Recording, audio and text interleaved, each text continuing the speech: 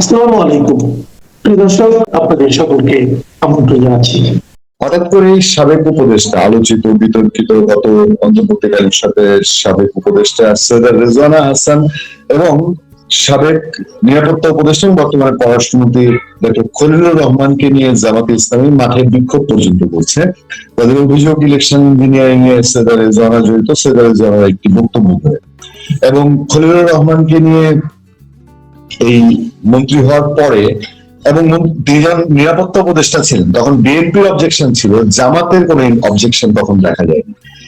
এখনই হঠাৎ করে রেজওয়ানার বক্তব্য, সেটা আসলে কি, কতটুকু তিনি জামাতকে মিন করেছেন, আবার কেনই বা সৈয়দ রেজওয়ানা হঠাৎ করে এখন কথা বলছেন তার বিরুদ্ধে, যখন নানান অনিয়ম দুর্নীতির মবের অভিযোগ এবং ওই সরকারের সমস্ত রকম অপকর্মের সাথে তার সম্পৃক্ততার অভিযোগ। এই সময়ে এই ঘটনাটার অন্তর্নিহিত তাৎপর্য কি, আসলে কি ঘটছে, আপনার বিশ্লেষণটাকে একটু জানতে চাই। দেখুন, একটা হচ্ছে যে ওনার মন্তব্যে উনি প্রথমে বলেছেন একটি দলের দিকে ইঙ্গিত, পরে উনি বলেছেন দল না, উনি ইসলামিক উগ্র মতবাদকে কন্টিনিউ কথা বলেছেন, যেটাই হোক উনি পক্ষ নিয়েছেন এটা বোঝা যাচ্ছে। এবং উনি, আমরা যতটুকু দেখেছি পত্রপত্রিকা, উনি খুব ইনফ্লুয়েন্সিয়াল একজন অ্যাডভাইজার ছিলেন। ব্রিগেডিয়ার সাখাওয়াত সাহেব বলেছেন যে তারা সকল বিষয় জানতেন না, অনেক বিষয় তাদের জানানো হতো না। অর্থাৎ ব্রিগেডিয়ার সাখাওয়াত ফিল করেছেন যে ওখানে একটা কিচেন ক্যাবিনেটের ভিতরে ক্যাবিনেট আছে, সেই ক্যাবিনেটের ছোট ক্যাবিনেটের পার্ট ছিলেন রেজওয়ানা সাহেব ম্যাডাম। উনি অবভিয়াসলি বিগত সরকারের খুব গুরুত্বপূর্ণ একজন ছিলেন। উনি যে কথাটি বলেছেন তাতে বোঝা যাচ্ছে যে একটা পূর্ব নির্ধারিত ইলেকশন তারা প্ল্যান করেছিল এবং ইঞ্জিনিয়ারিং ছিল, এবং কাকে জেতানো হবে, কোন মতবাদকে জেতানো হবে, এটি তারা নির্ধারণ করেছিল। জামাতের জন্য এটি একটা সুযোগ দিয়েছে, কারণ জামাত এই সৃষ্টির পর থেকে অথবা বাংলাদেশের আবির্ভাবের পর থেকে প্রথমবারের মতো তারা এমন একটা মোমেন্ট তৈরি করেছিল তাতে তাদের অনেক নেতাকর্মী মনে হচ্ছিল তারা ক্ষমতায় আসতে পারে, এবং ভোটের পরে যখন তারা ক্ষমতায় আসতো না, এটাকে জাস্টিফাই করার জন্য রেজওয়ানার বক্তব্যটা তারা ব্যবহার করতে পারছে। আর আমি মনে করি জামাত খুব কৌশলে আগাচ্ছে, যে তারা একদিকে যেমন সরকারের সাথে সুসম্পর্ক রাখছে, তারা বলছে তারেক জিয়া খুব যোগ্য প্রধানমন্ত্রী, এটা কিন্তু বলেছে। আবার আরেকদিকে তারা একই সাথে মাঠে প্রচন্ড প্রেশার ক্রিয়েট করে রাখছে। জাতীয় পার্টি 14 সালে যখন বিরোধী দল হলো, তখন জাতীয় পার্টি একটা ভুল করেছিল, সেটা জাতীয় পার্টি রাজপথে আন্দোলনে ছিল না। জাতীয় পার্টি রাজপথে আন্দোলনে না থাকার কারণে 14 থেকে 24 জাতীয় পার্টিকে প্রকৃত বিরোধী দল হিসাবে পরিগণিত করা হয় নাই। বিরোধী দল বলে অনেকে বলেছে। জামাত সেই ভুলটা করছে না। ফান্ডামেন্টাল ইস্যুতে তারা বিএনপির সাথে এক, আমি কোনো সন্দেহ নাই। ফান্ডামেন্টাল ইস্যুতে তারা বিএনপি সহ একত্রে বসে ভেতরে তারা আলোচনা করেই সব সমাধান করবে, কিন্তু রাজপথে তারা সবসময় আন্দোলন দেখাচ্ছে, সবসময় জিহাদ দেখাচ্ছে। তারেক জিয়ার বিরুদ্ধে মিছিল, খলিলুর সাহেবের বিরুদ্ধে মিছিল, রেজওয়ানার বিরুদ্ধে মিছিল, এবং কখনো কখনো সবার বিরুদ্ধে মিছিল করে তারা রাজপথটা গরম রাখছে। পরে অপোজিশনের যে ভ্যাকুয়াম আছে, এই ভ্যাকুয়ামে যেন ফাঁকা না হয়। তবে আমি মনে করি অবশ্যই বিগত সরকার ভোটে নিরপেক্ষ ছিল না, তারা এনসিপি কে গঠন করেছে, এনসিপি কে প্রমোট করেছে, এনসিপি কে ফাইন্যান্স করেছে, এনসিপি কে দুর্নীতি করার সুযোগ করে দিয়েছে, এনসিপি কে ভোটে একটা আপার স্ট্যাটাস দেওয়ার চেষ্টা করেছে, এনসিপির কথা মতো প্রশাসন সাজিয়েছে। তফসিল পিরিয়ডে প্রধান উপদেষ্টা এনসিপি নেতৃবৃন্দের সাথে দেখা করেছেন 1-to-1, কিন্তু অন্যদের সাথে দেখা করেননি। এর মাধ্যমে তারা কিছু দলকে প্রমোট করেছে, কিছু দলকে মেনে নিয়েছে, আর জাতীয় পার্টির সাথে চরম বৈষম্যমূলক আচরণ করেছে। অবশ্যই অন্তর্বর্তী সরকারটা নিরপেক্ষ ছিল না। ইউনূস সরকার শেষ একদিন ইলেকশন একদিন আগে ডক্টর ইউনূস নিজেকে নিজে ভিভিআইপি ঘোষণা করে গেছেন। তিনি রাষ্ট্রীয় সুবিধা 1 বছর পেতে যাচ্ছেন। আপনি কি মনে করেন এটা কতটা ন্যায়সঙ্গত, কতটা নৈতিক, এবং এর পেছনে উদ্দেশ্য কি? দেখুন, বাংলাদেশের মতো দেশে এটা খুব বৃহৎ কোনো ঘটনা আমি এটা মনে করি না। উনি একজন নোবেল লরিয়েট, উনি একটা বিপ্লবের মাস্টার মাইন্ড, ম্যাটিকুলাস ডিজাইনের পিছনে ছিলেন, এটা প্রমাণ হয়ে গেছে। সেখানে একটা পট পরিবর্তন হয়েছে, তারপরে 3 দিন দেশে মহাযজ্ঞ চলেছে, এরপর উনি দেশে আসছেন এবং উনি তখন একটা পক্ষ নিয়েছেন। তো তার বিপক্ষে অনেক গোষ্ঠী আছে, অনেক শক্তি আছে যারা তাকে ঘৃণা করে। এই আমি মনে করি বিগত আন্দোলনের ফলে আওয়ামী লীগের পতন হয়েছে, দেশে একটা গণতন্ত্র উত্থান হয়েছে, এটা যেমন সত্য। আমি তো মনে করি সবচেয়ে ক্ষতি হয়েছে ডক্টর ইউনূস স্যারের। আপনি 5ই আগস্টের আগের ইউনূস 2024 সালের, আর 26 সালের মার্চের ইউনূস, এই দুটোকে যদি কম্পেয়ার করেন, 5ই আগস্টের আগে তিনি মহাপরাক্রমশালী সরকারের সাথে একা লড়ছিলেন, তার সাথে জনগণ ছিল, তার সাথে ইন্টারন্যাশনাল স্টেক হোল্ডার ছিল, তখন তার কোনো ভিভিআইপি প্রোটোকল দরকার হয়নি। তাকে সরকার নিবেদনও করেছে, উনি নিবেদনটা হাসি মুখে মেনেও নিয়েছেন, ফেস করেছেন। এই মরাল কারেজটা তার ছিল। এখন মরাল কারেজটা নষ্ট হয়ে গেছে, ওনাকে ভিভিআইপি স্পেশাল ফোর্স নিতে হচ্ছে, স্পেশাল সিকিউরিটি নিতে হচ্ছে। আর ইতিমধ্যে তার কাজে কর্মে অনেক গোষ্ঠী স্বার্থ তাকে ঘৃণা করছে।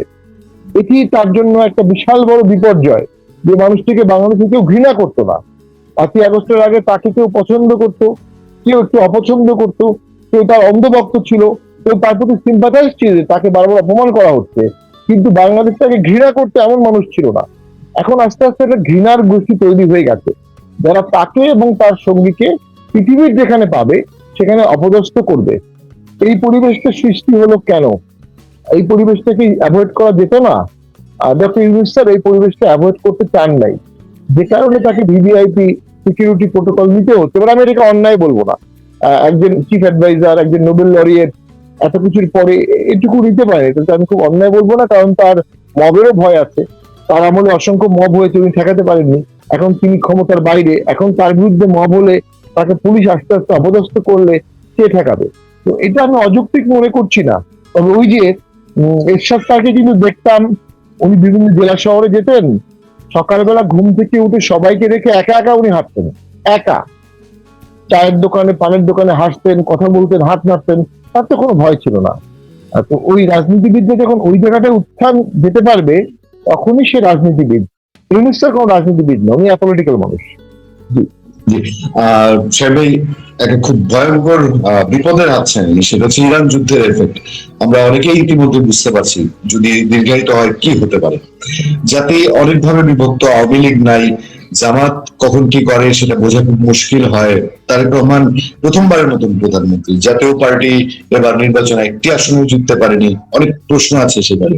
এই যে বাংলাদেশে একটা স্ক্যাটার্ড অবস্থা, আমরা কিভাবে মানে এই সিচুয়েশনটা মোকাবেলা করা কতটুকু আমাদের জন্য টাফ হবে, এবং সামনে কি ধরনের ভয় বা দুশ্চিন্তা আছে?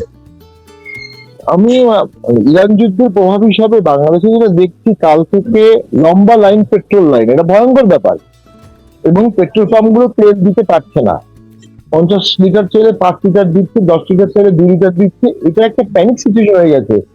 সরকার এটা কেন প্রেডিক্ট করলো না, বা রেশনিং করে দিতে সরকার বলে ফেলতো, রেশনিং করে দিত, কোনো ঘোষণা ছাড়া পেট্রোল পাম্প গুলোতে প্যানিক হচ্ছে।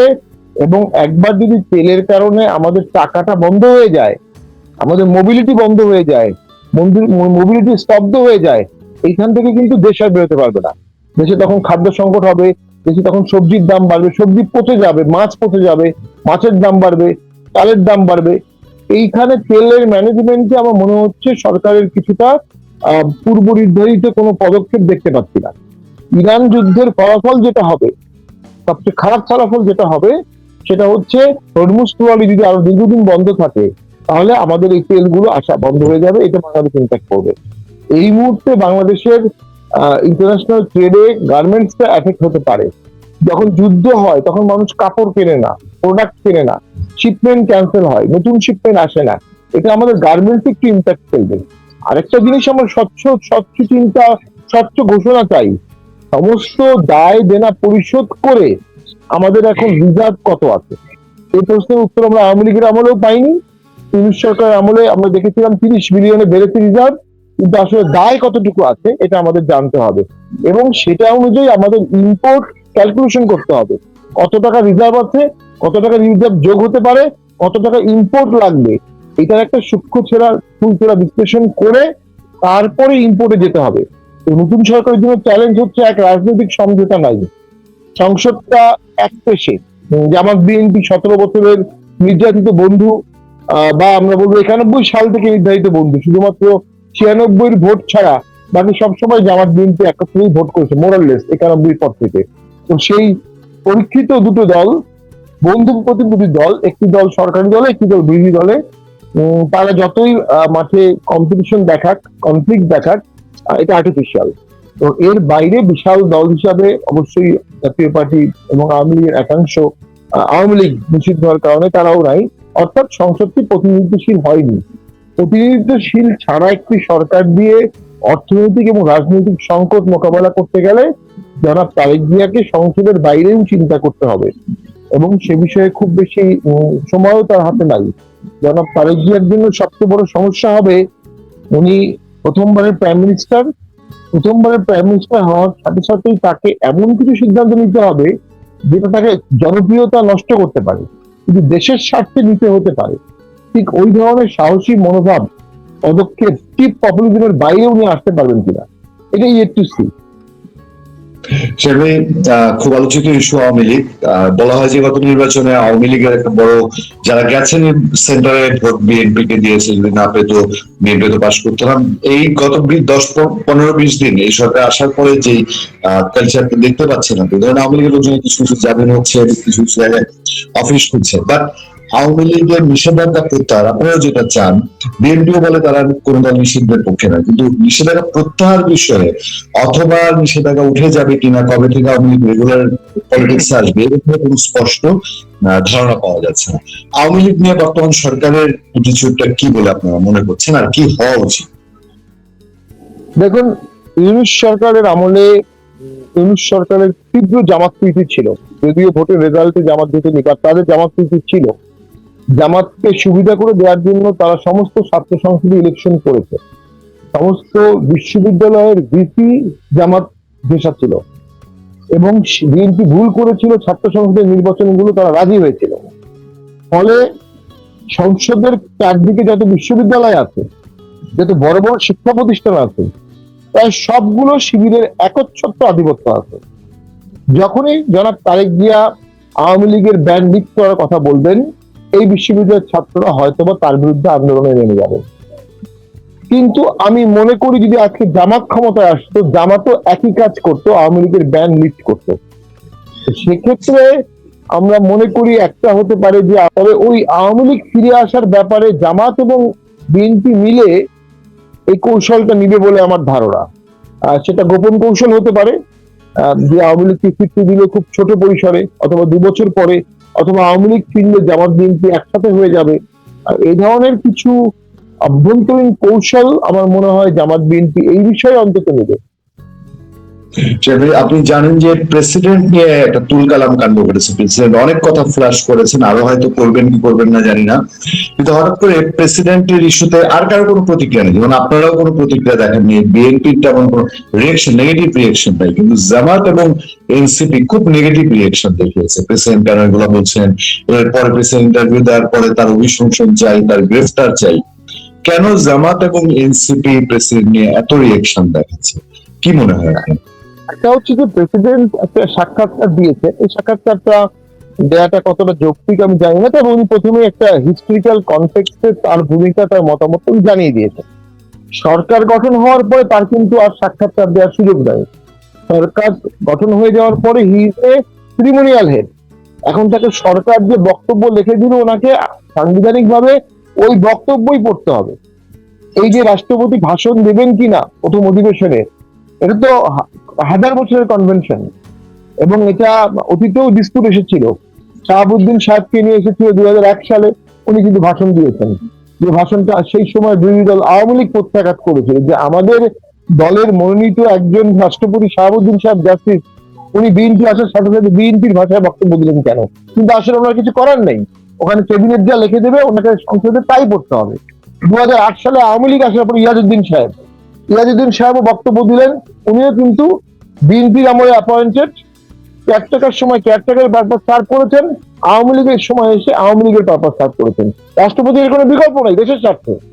সেদিক থেকে জামাত এবং অন্য এনসিপি বা যারা আছেন, তারা চুপ্পু সাহেবকে দেখতে পাচ্ছেন না, মহামান্যকে। তার প্রধান কারণ হচ্ছে তাদের উদ্দেশ্য পূরণ হয়নি। তাদের অনেকের উদ্দেশ্য ছিল সেনাপ্রধানকে সরাবে, সেনাবাহিনীকে রদবদল করবে, একটা বিপ্লবী সরকার হবে, ইসলামিক সরকার হবে, একটা জঙ্গি সরকার হবে, একটা ভারতের সাথে যুদ্ধ লাগানো হবে, একটা করিডোর হবে, মায়ানমারের সাথে যুদ্ধ লাগানো হবে, টেরোরিজম ইম্পোর্ট করা, টেরোরিজম এক্সপোর্ট করা, এটার একটা পূর্ব চিন্তা অনেকের মাথায় ছিল। সেটা কিন্তু রাষ্ট্রপতি এবং সেনাপ্রধান এবং বিএনপির কারণে সেই আমলে এটা হয়নি। ইউনূস সরকারও তাদের সাহায্য ছিল, তিনি চেয়েছিলেন, কিন্তু এই রাষ্ট্রপতি এবং সেনাপ্রধানের কারণে এটা পারা হয়নি, যে কারণে রাষ্ট্রপতির বিরুদ্ধে তাদের রাগ আছে। এছাড়া রাষ্ট্রপতির বিরুদ্ধে রাগ থাকার কিছু নেই। হ্যাঁ, উনি আগের রিজিনে, এটা সত্য। তো বাংলাদেশে এখন 17 লক্ষ সরকারি কর্মচারী, তার মধ্যে 16 লক্ষই তো আগের রিজিনে। ওই আগের রিজিন তো আর কোনো রাজনৈতিক ব্যাখ্যা হতে পারে না। মহামান্য পদটি মহামান্য, চেয়ারটি মহামান্য, সকলকে ওই চেয়ারকে শ্রদ্ধা করতে হবে। একটা চেয়ার না থাকলে দেশের স্ট্যাবিলিটি থাকতো না। স্বাক্ষর করতো কে? সংসদ ভাঙতো কে? ইউনিস গভর্নমেন্টকে শপথ করিয়েছে কে? এই কাজগুলো তো উনি করেছেন। উনি না করলে তো আরো অরাজকতা আসতো। রাষ্ট্রপতি শপথ না নিলে হয়তো ডক্টর ইউনূস স্যার বলতে আমি আসবোই না, শপথই নিবো না, কারণ উনি খুব আইন মেনে চলা বা এই ধরনের ক্ষেত্রে খুব সাবধানী ভূমিকা পালন করেন। তো সেই ভূমিকাটা তো মহামান্য পালন করেছেন দেশের ক্রাইসিসে। তার পুরস্কার তাকে দেওয়া না হোক, তিরস্কার না করা হোক, এটা তো যৌক্তিক দাবি। জি, কিন্তু, আমাদের বিষয় এখনো কাটছে না, দেশের অনেকের মানুষের বিষয় কাটছে না। 300 আসনের মধ্যে জাতীয় পার্টি একটি আসনও পেল না। জাতীয় পার্টি জিএম কাদের, শামীম হায়দার পাটোয়ারি, এই মানুষগুলো ফেল করেছে। আমি যা ঘটে গেছে এটা তো আর ফিরিয়ে আনা যাবে না। ইলেকশনের পরে আপনারা অনেকটাই স্থিমিত, রাজনৈতিক মাঠে ওভাবে তেমন কোনো কর্মসূচি নেই। ইভেন ইলেকশনের আগে আপনার চেয়ারম্যান জিএম কাদের সাহেব, আপনি যতটা কথা বলেছেন, মিডিয়ায় সরব ছিলেন, একটু কি স্থিমিত? আপনারাও কি সেই ধাক্কা কাটিয়ে উঠতে পারছেন না? এবং আপনাদের ভবিষ্যৎ পরিকল্পনা কি? জাতীয় পার্টিকে আবার সড়কে ফিরতে পারবে, নাকি বাংলাদেশের তৃতীয় রাজনৈতিক শক্তি জাতীয় পার্টি? এবং ইলেকশন আগে অনেকে মনে করতেন যে যত যাই হোক জামাত থার্ড পজিশন অথবা এবারের জায়গায় দ্বিতীয় পজিশন নিতে পারবে না, যে কারণে জামাতকে তারা নিষিদ্ধ চেয়েছে। কিন্তু এই ঘটনা এত গণেশ কিভাবে উল্টে গেল? ইউনূস সরকারের বিরুদ্ধে যেহেতু আমরা কঠোর ভাষায় কথা বলতাম, একমাত্র আমরাই কথা বলতাম, জিএম কাদেরই একমাত্র বলতো, এটার প্রতিশোধ ইউনূস সরকার ভোটে নিয়েছে। হ্যাঁ, ভোটকে পাশ করানোর জন্য এক ধরনের ইঞ্জিনিয়ারিং করার কথা ছিল, তার সাথে যুক্ত করা হয়েছে জাতীয় পার্টি যেন কোনো আসনে জয়লাভ করতে না পারে। শুধু তাই না, জাতীয় পার্টিকে তৃতীয় করা হয়েছে প্রত্যেকটি আসনে, আমাদের উইনিং সিট গুলোতে, এবং দেশব্যাপী যেন 1% ভোট না পায়। কারণ 1% ভোট পেলে জাতীয় পার্টি আপার হাউসে যেতে পারবে। এটা তো একটা ডাবল মেটিকুলাস ডিজাইন করে আমাদেরকে ভোটের রাজনীতিতে একটু বিতর্কে ফেলানো হয়েছে, আউট অফ পার্লামেন্ট করা হয়েছে। তবে আমরা এতে ভীত, সন্ত্রস্ত বা বিব্রত না, যেহেতু ভোটটি আমাদের ক্ষেত্রে সুস্থ হয়নি। 18 সালেও বিএনপি মাত্র 5টি আসন পেয়েছিল, আজকে বিএনপি 200-র উপরে আসন পেয়েছে। 96 সালে সুষ্ঠু ভোটে জামাত 3টে আসন পেয়েছিল, আজকে সেই জামাত প্রায় 70টি আসন পেয়েছে। আমরা মনে করি যে এর থেকে আমরা ঘুরে দাঁড়াবো। তবে আমরা বর্তমান সরকারের মনোভাব তীব্রভাবে পর্যবেক্ষণ করছি। আমরা আশা রাখি বর্তমান সরকার অন্তর্ভুক্তিমূলক হবে, গণতান্ত্রিক হবে। বর্তমান সরকার অন্তর্ভুক্তিমূলক এবং গণতান্ত্রিক হলে আমরা এক কৌশলে আগাবো। বর্তমান সরকার যদি গণতান্ত্রিক বা অন্তর্ভুক্তিমূলক না হয়, তারা যদি কোনোভাবে স্বৈরতন্ত্রের দিকে আগায়, তখন জাতীয় পার্টি ভিন্ন কৌশলে আগাবে। তো আমরা এখন পর্যবেক্ষণ করছি, নিজেদের ভুলগুলো তুলে ধরছি। আমাদেরও দোষ আছে, আমাদেরও ত্রুটি আছে, আমাদেরও ভুল আছে, আমাদেরও রাজনৈতিক কৌশলে কিছু ত্রুটি রয়ে গেছে। আমরা সেগুলো শুদ্ধ করার চেষ্টা করছি। আমার মনে হয় কোরবানি ঈদের পর থেকে জাতীয় পার্টি তৃণমূলে ব্যাপক পর্যায়ে কার্যক্রম শুরু করবে। সেটা আমরা একেবারে শেষ পর্যায়ে, এই সময়ের খুব আলোচিত ইস্যু ইউএস এর সাথে বাংলাদেশের চুক্তি। এই চুক্তি নিয়ে খলিলুর রহমান সাহেব বলছেন যে বিএনপি এবং জামাতের সম্মতিতে চুক্তি হয়েছে। আবার জামাত গতকাল বলেছে জামাতের সাথে ক্যান্টনমেন্টের কোনো কথা হয় না। চুক্তি নিয়ে বহু কথাবার্তা। এই চুক্তির এফেক্ট আমাদের কি হতে পারে, এবং চুক্তির এই যে বিতর্কটা দেখা দিয়েছে, জামাত বিএনপি জানতো কি জানতো না, কেউ বলছেন জামাত বিএনপি ইউনূস সরকার মিলে দেশ বিক্রি করে দিয়েছে, আবার জামাত অস্বীকার করছে। আসলে এই চুক্তির রহস্য কি? না, জামাত বিএনপির সাথে যদি সম্মতি নিয়েও থাকেন, এটা কোন ক্যাপাসিটিতে উনি সম্মতি নিয়েছেন? তখন তো পার্লামেন্ট ছিল না। পার্লামেন্ট থাকলে সেখানে ইলেকটেড প্রতিনিধিরা থাকে, তখন পার্লামেন্টে প্রতিনিধিত্বকারী দলরা পার্লামেন্টে ভোট দিতে পারে অথবা সম্মতি দিতে পারে। তখন আসলে ক্যাপাসিটি কি ছিল? জামাত বিএনপির কাছে নিয়েছেন, তো জাতীয় পার্টিকে জিজ্ঞেস করেননি কেন? মানে আপনার যাকে ভালো লেগেছে আপনি তার কাছে নিয়েছেন, যাকে ভালো লাগেনি তার কাছে সম্মতি আননি, দেননি। আর সম্মতি নিলেও এটা বৈধ হবে না। প্রথম কথা হচ্ছে, অন্তর্বর্তী সরকার এই ধরনের চুক্তি করা কখনোই উচিত না। দ্বিতীয় হচ্ছে, পার্লামেন্ট, আমাদের সংবিধানের স্কিম হচ্ছে পার্লামেন্টে চুক্তিটাকে লে করতে হবে, ডিসকাশন হবে, তারপরে পাস হবে অথবা তারপরে কার্যকর হবে। সেই জায়গায় তো আমার মনে হয় পার্লামেন্টকে যখন কার্যকর না, তখন এই ধরনের সরকারকে বেঁধে ফেলার বা দেশকে বেঁধে ফেলার চুক্তিগুলো অবশ্যই কোনো সরকারের করা ঠিক হয়নি। এখন বৈধতা অবৈধ দিক থেকে গেলে চুক্তি স্বাক্ষর হওয়ার পরে সেখানে তো বৈধতা চলে আসে। সেক্ষেত্রে এই চুক্তি বাংলাদেশকে মানতে হবে বলেই আমার মনে হয়। তবে পার্লামেন্টে একদিন চুক্তির ক্লজ নিয়ে আলোচনা হতে পারে এবং পার্লামেন্টে যারা ফজলুর রহমান সাহেবকে প্রশ্ন করা যেতে পারে কি প্রেক্ষাপটে উনি এই চুক্তি করেছিলেন, কেন করেছিলেন এবং এতে দেশের কি ভালো দিক আছে কি খারাপ দিক আছে, এ বিষয়ে 42 বিধির প্রশ্ন ফজলুর রহমান সাহেবকে করা উচিত।